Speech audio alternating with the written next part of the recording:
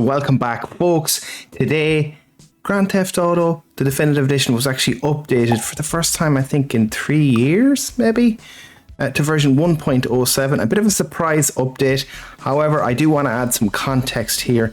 This update does not apply to the PS4 version, and it doesn't apply to the Switch version.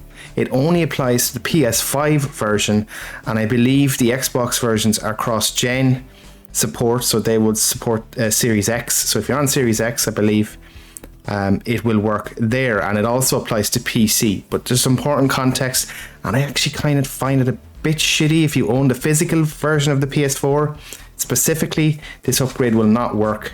But anyway, with that out of the way, let's go into the actual context of the update itself. So as I mentioned, 1.07 is the update version, and they've added a lot of the additions from the mobile version or edition that was released on Netflix, and some of those enhancements and definitely a lot of bug fixes as well. But I suppose most notably under the graphics settings, you can now see classic lighting. You can turn this on and off. So maybe the first thing I'll do is I'll show folks what the classic lighting looks off or without it. But that's it off with a kind of the skybox as it is there. If I go to options again, and we're going to turn them on, you will see the skybox change, and it kind of gives it a more natural or look similar to that of the originals on PS2. But just a point to note here as well, if I just turn this off again one more time,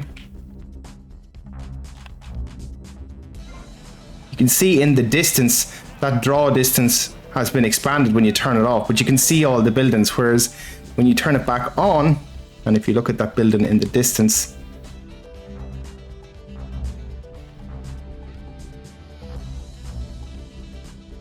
you can see it kind of fades naturally in the horizon, which I actually way prefer that lighting there as well. Maybe let's just get into a bit of mayhem first and cause some damage with some explosions. So I've pretty much all the fidelity settings up here.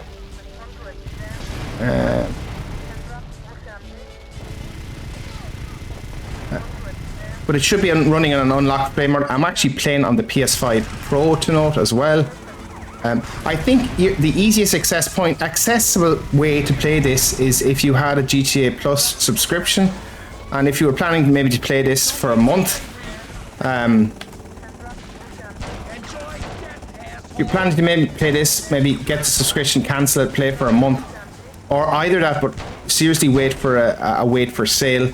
I do appreciate the fact that they have updated this particular version, but as I said, I've thrown issue with the fact is this is not on those PS4 versions, and in particular it's not on Switch as well. Now I imagine Switch will be more demanding, but still. Pick up these SWAT guys. I'm gonna die.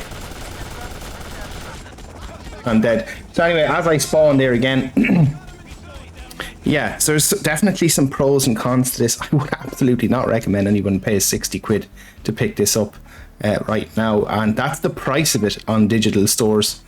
I don't believe there's actually a physical release for the PS5 version as well, but correct me if I'm wrong.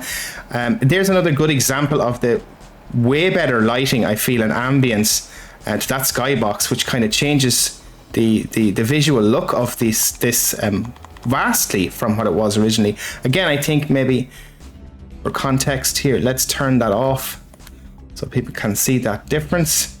Again, it's running in fidelity mode, to be clear. Bloom on, lens flare on, motion blur is on, but then that classic lighting option, if I turn that off, that's what it looks like with the classic lighting. But to me, it kind of looks too clean. It doesn't give me that 80s vibe, if that makes sense. Turning it back on, you will see I do really like that aesthetic. But yeah, look, folks, that's a quick showcase of the upgrade and what you're actually getting. Again, it's hard to recommend to pay 60 bucks, 60 euros, £60 to get this physical release. But I said maybe a good option would be to wait for a sale, or if you have a GTA Plus subscription, even for only a month, I think it's only €8 or something, that would be a good way if you could set aside a month and say, I want to play these games again, and then cancel your subscription straight away. But yeah, a bit disappointing that those physical versions don't include this. Hopefully this video has been somewhat informative for folks. If new to the channel, please consider like and subscribing, it really helps. Drop a comment down below what you think about this update and what you think about Rockstar's tactics. And yeah, I'll see you in the next one. Thanks for watching.